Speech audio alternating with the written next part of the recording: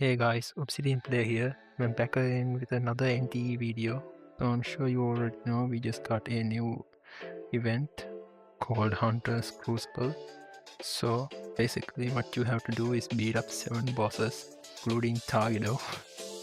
Yes, Tagedo. So before we get this video started, I must warn you that this video is for people who are struggling to finish this event.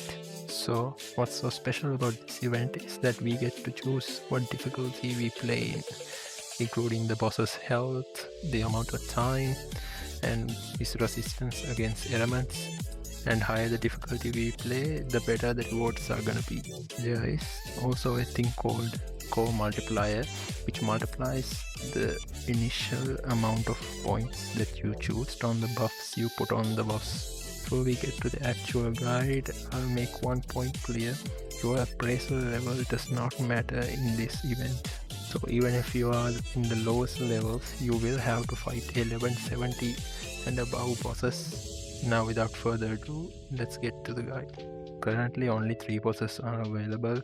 Tagedo and that slime creature Tagedo summoned in his mission, and that flower-like boss in Bison's story mission. The first 2 bosses aren't really that difficult, and the third boss is from where on the event gets a bit difficult.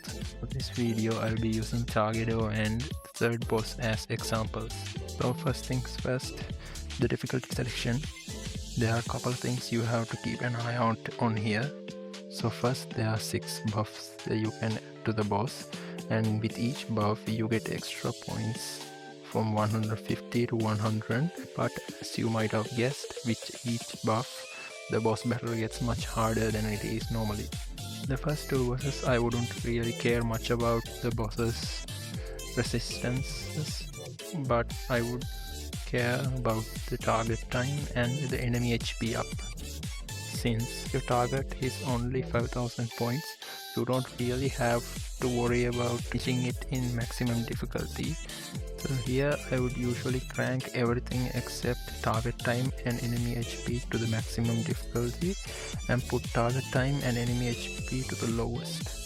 So if you keep these settings, you should be able to beat the first 2 bosses without much trouble. But if you are a new player whose appraisal level is pretty low, I would suggest not choosing the time at all, so that way as long as you dodge, you should be able to win it, but it will take some time. You get to the third boss, things get a bit difficult. So here I would use the same trick I told the newer players. Don't choose the time, but instead lower a single elemental resistance based on whatever character you play. So for now, those are the only bosses that have been unlocked yet, but this method should work for other bosses as well. When those bosses do get unlocked, I will release another video on each boss. As a side note, I will say that each boss has a elemental weakness, so you should keep that in mind when you play this. So that's it for today's content. If you found my guide useful, please leave a like and subscribe.